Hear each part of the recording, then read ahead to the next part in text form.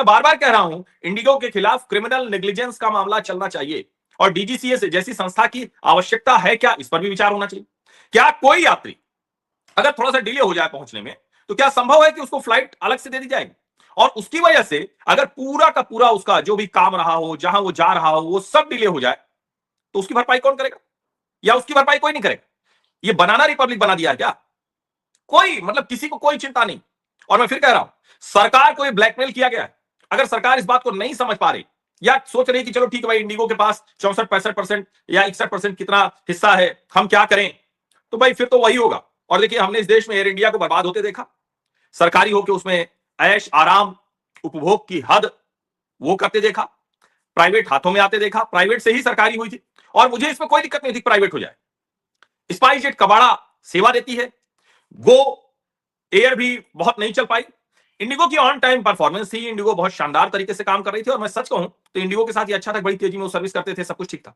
लेकिन अगर रेस्ट नहीं मिलेगा पायलट्स और क्रू मेंबर्स को, अगर सेफ्टी सिक्योरिटी को नियम पूरे नहीं होंगे, तो फिर तो आप यात्रियों की जान के साथ, सुरक्षा के साथ खिलवाड़ कर रहे हैं।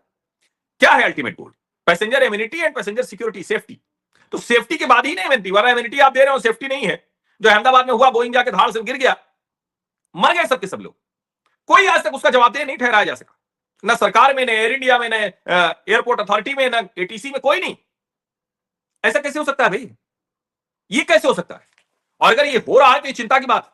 एक बात और जो कही जा रही, मोनोपोली की, मोनोपोली इंडिगो ने कर ली, इसकी जांच होनी चाहिए। क्या इंडिगो को मोनोपोली कराने के लिए डीडीसीए में कुछ लोगों ने हिस्सेदारी खाई क्या? वरना एक एयरलाइंस का 61% हो जाए, और हमने ये देखा है कि प्रायोरिटी पे इंडिगो की बोर्डिंग हो जाती। हालांकि उसके लिए बड़े अलर्ट भी रहते हैं, ये भी मैं कहूंगा कि उसका मैनेजमेंट इस मामले में ठीक रहता है कि अपना काम ठीक करता है। स्पाइस जेट और गो एयर या दूसरी एयरलाइन क्यों नहीं कर पाई?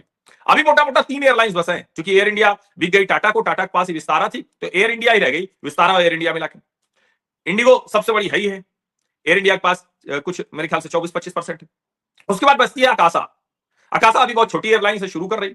सरकार को कहना चाहिए, ठीक है, एक समय में सरकार ने एयरपोर्ट बनाए, सब कुछ किया, तो एयरलाइंस अगर नहीं चलेंगी, उनके लोग नहीं आएंगे, तो कैसे काम चलेगा? लेकिन यहां यह भी बहुत समझना जरूरी है।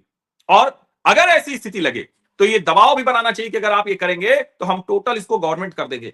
यहां जाकर ये कहने में कोई एतराज नहीं होना चाहिए, जरा सा भी गुंजाइश नहीं देनी चाहिए। और मैं फिर कह रहा हूं, ये मोनोपोली, डुओपोली या जो भी है, अल्टीमेट किसके ऊपर इसका इंपैक्ट है? जनता के ऊपर इंपैक्ट।